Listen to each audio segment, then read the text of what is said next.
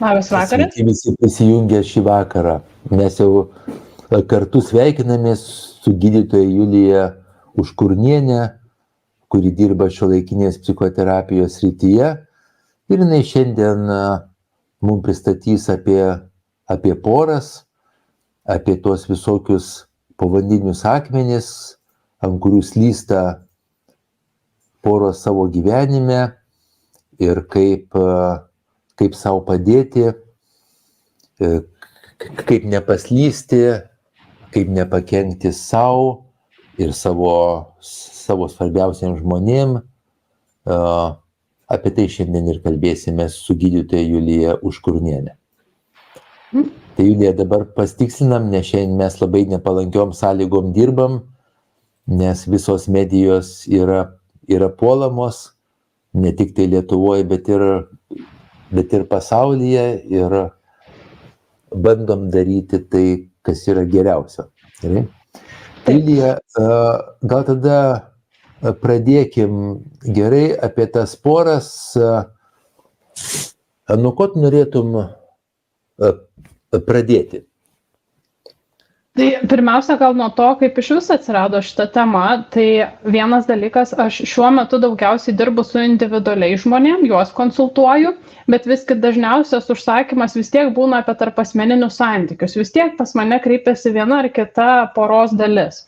Ir tiesiog pastebėjau tokius šablonus, situacijos, kurios kartojasi pas nei vieną žmogų ir pradėjau analizuoti, tarsi žymėtis ir žiūrėti, kad ir tam žmogui panašiai mokau ir aiškinu ir tam ir supratau, kad turbūt tai kažkiek universalūs dalykai, ant kurių paslystame, va tie grebliai, kuriuos ir norisi išryškinti ir truputį atkreipdėmėsi, kaip galima išmintingiau elgtis ar išmintingiau galvoti tam tikrose situacijose. Tai vienas dalykas, kurį dažniausiai pastebiu ir tai nebūtinai yra jaunų žmonių dalykas ar jaunų porų dalykas, tai lūkestis, kad tikriem, tvariem santykiam nereikia įdėti pastangų. Arba jų reikia labai mažai ir santykis plauks savaime. Tai nepaisant to, kad mūsų medijos keičiasi, filmai yra šiais laikais ne tik banalūs hollywoodiniai, knygos rašomos su įvairiomis pabaigomis ir princesės ne visada tik už princo išteka laiminga pabaiga, vis tiek atrodo yra tas kažkoks tvyrantis lūkestis, kad yra antra obuolio puselė ir kai vat ją surasiu, man nereikės tieksti. O neįsijungi ir kas? Viskas gerai? Nes aš žinau.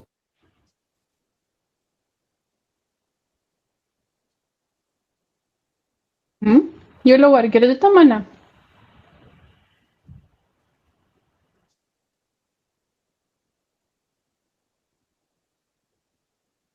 Juliau, ar girdite šiuo metu mane?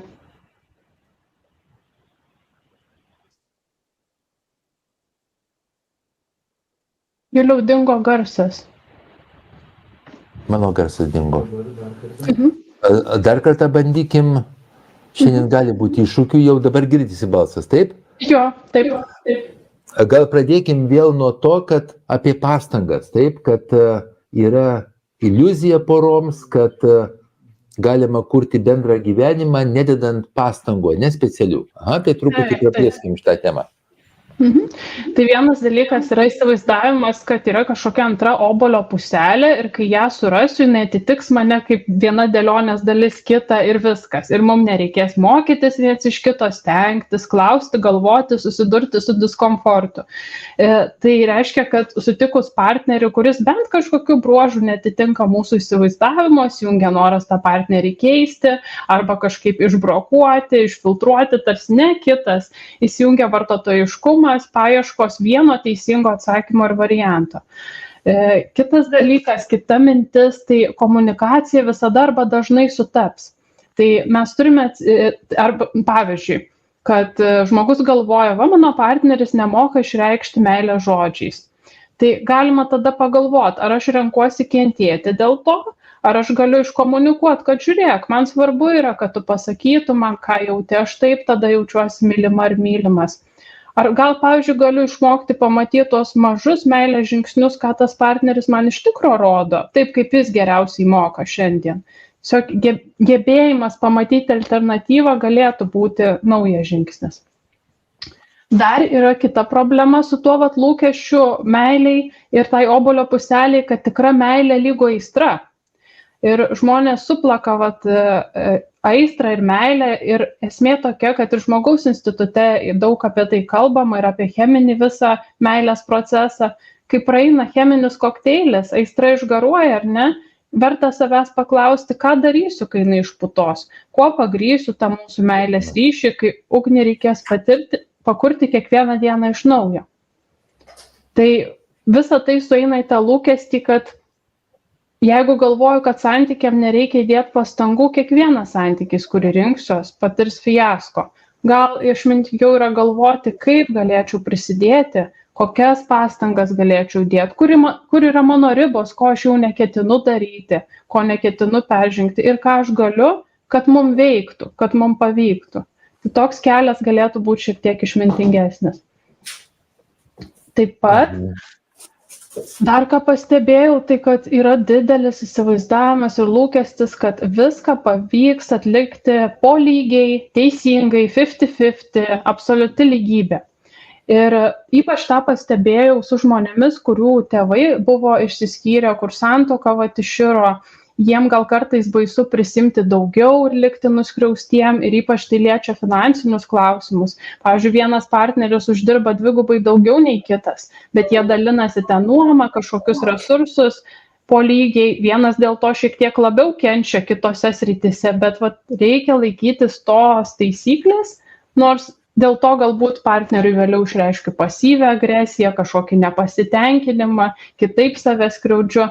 Tas balansas nėra tada pagrįstas tikraisiais mano poreikiais. Jis yra pagrįstas kažkokiais šabloniškais, rigidiškais įsitikinimais, kurie tą mano saugumą bando išgelbėti. Arba skaičiavimas. Aš išnešiu šiukšles 3 kartus, o tu tik 2 savaitę. Tu niekada, aš visada. Ir prasideda tokia kaip lentelė galvoje, kuris kiek to įnašo į santykį įdėjo. Tai pasiūlymas šitoj vietoje galėtų būti partnerių stiprybės ir silpnybės. Žiūrėk, gal pavyzdžiui, aš visai nenoriu rūpintis automobiliu, ar ne, o tau nelabai išeina dovanas mūsų artimiesiam galvot. Tai gal apsikeiskim, aš padarysiu tą ir negalvokim, kuris ten minutę į minutę daugiau užtruko, tiesiog mums tai geriau sekasi ir tai mūsų santykiui padės, ar ne? Tas toksai neskrupulingas skaičiavimas, o pasidalinimas atsakomybė. Ir kvietimas. Aš galiu prisidėti tuo, o kuo tu galėtum prisidėti vietoj reikalavimo ir to nuolatinio atsakomybės pernešimo.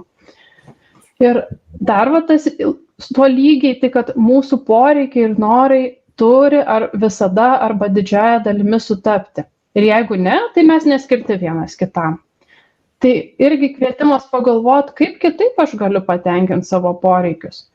Kaip galiu atskirti poreikius ir norus, ar ne? Nes jeigu aš turiu norą leisti visą savaitgalį su savo partneriu, gal aš noriu ryšio ir meilės, bet gal jam to ryšio ir meilės noris ir su savim pačiu, gal jam noris partneriui atsiskirti ir knygą paskaityti, vienam pabūti. Kaip mes galim tą suderinti? Ar tikrai man šitas partneris netinka, jeigu jis pasirenka alternatyviai savo poreikius išreikšti?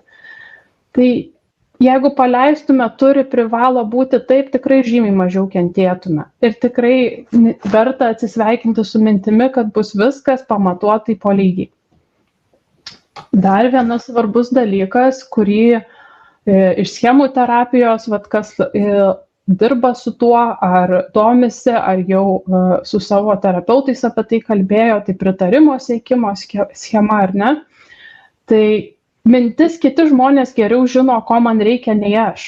Ir tas nuolatinis patvirtinimo ieškojimas. Tai, pavyzdžiui, konsultavimasi su tėvais ar kitais žmonėms apie savo tarpusavio santykius. Tų žmonių įtraukimas į santykius.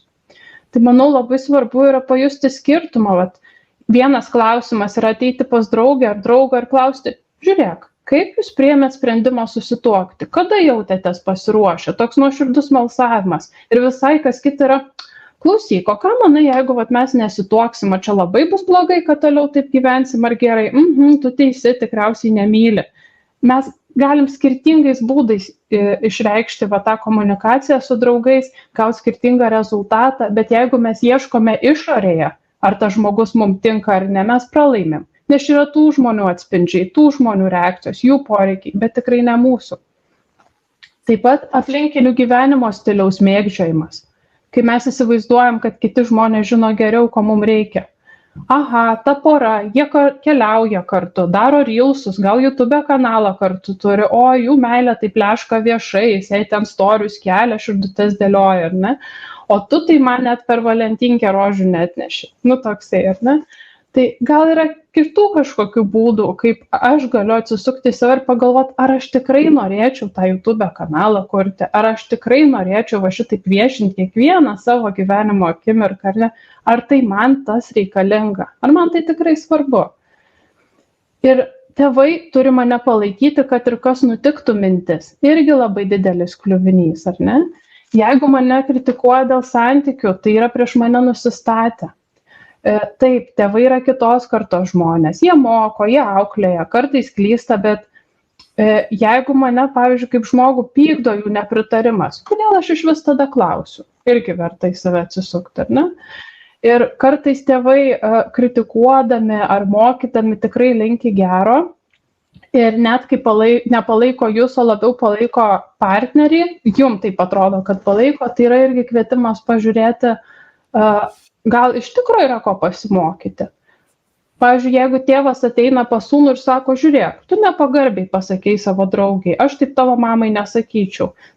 Galbūt jautresnis žmogus su savo įsitikinimais schemom gali išgirsti kaip priekaištą, kitas gali išgirsti kaip pastabą, atkreipsiu tai dėmesį, smalsiai, su noru pažinti. Dar viena labai svarbi tokia mintis yra, turiu nugalėti, kad išlikčiau.